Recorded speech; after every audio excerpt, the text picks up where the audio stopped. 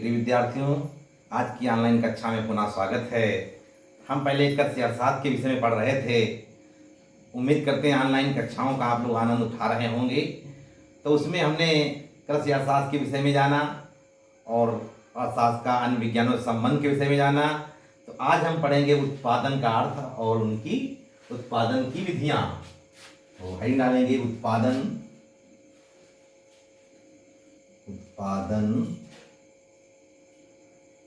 का अर्थ तथा विधियां।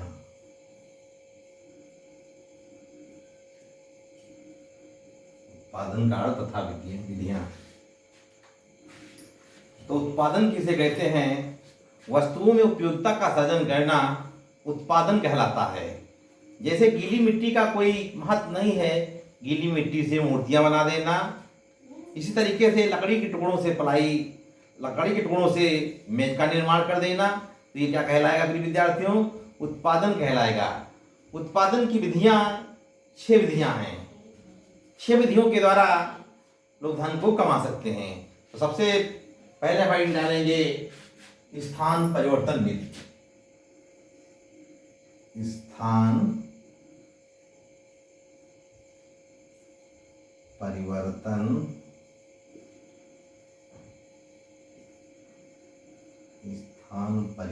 विधि।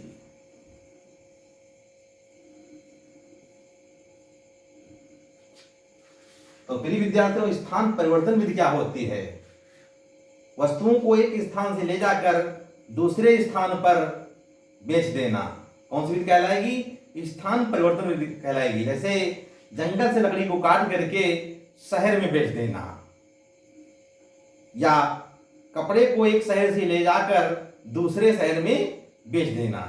ये कौन सी विधि होगी? स्थान परिवर्तन विधि।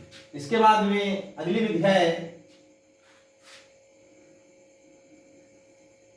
रूप परिवर्तन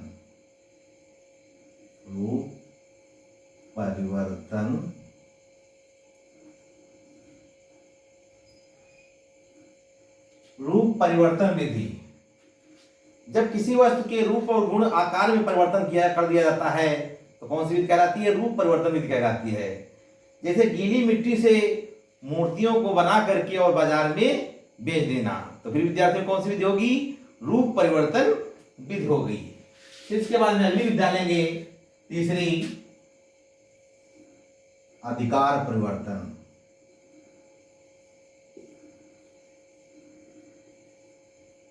अधिकार परिवर्तन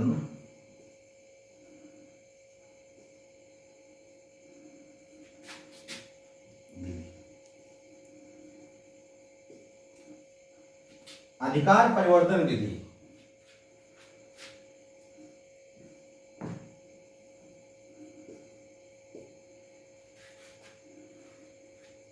अधिकार परिवर्तन विधि क्या होती है?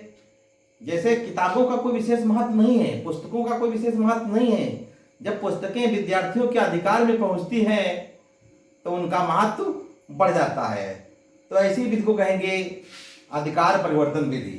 तो इस विधि के द्वारा धन को कमाया जा सकता है। अगली विधि है सेवा द्वारा।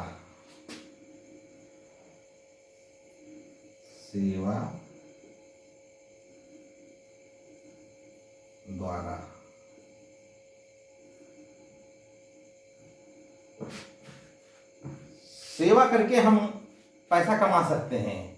जैसे एक अध्यापक की सेवा, एक डॉक्टर की सेवा, एक वकील की सेवा, या फिर अभिनेता की सेवा, या फिर गायक की सेवा और नर्तक की सेवा। तो ये लोग सेवा के द्वारा धन को कमाते हैं। तो इसे क्या कहेंगे? सेवा द्वारा। सेवा करके हम धन को कमा सकते हैं। फिर इसके बाद में प्रिय विद्यार्थियों अगली विधि कौन सी होगी? ज्ञान द्वारा उत्पादन। ज्ञान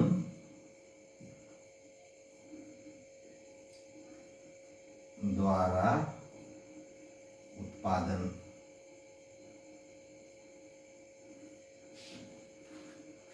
जब किसी वस्तु के विषय में ज्ञान हो जाता है तो ज्ञान के द्वारा हम उत्पादन कर सकते हैं। जैसे रेडियो बनाने का ज्ञान, मोटरसाइकिल बनाने का ज्ञान, टेलीविज़न बनाने का ज्ञान। तो ज्ञान के द्वारा हम पैसा कमा सकते हैं। फिर अगली विधि है समय परिवर्तन।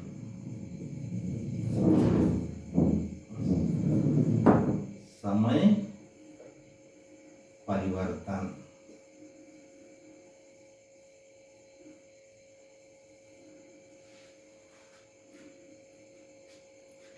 तो प्रिय विद्यार्थियों, कुछ वस्तुएं ऐसी होती हैं जो समय बीतने के बाद में फिर महंगी हो जाती हैं।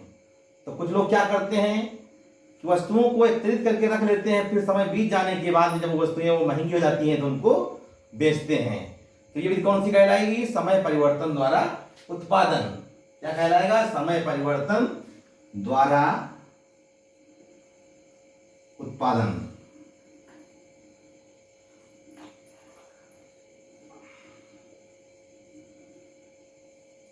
समय परिवर्तन द्वारा उत्पादन। और ये क्या था? सेवा द्वारा उत्पादन।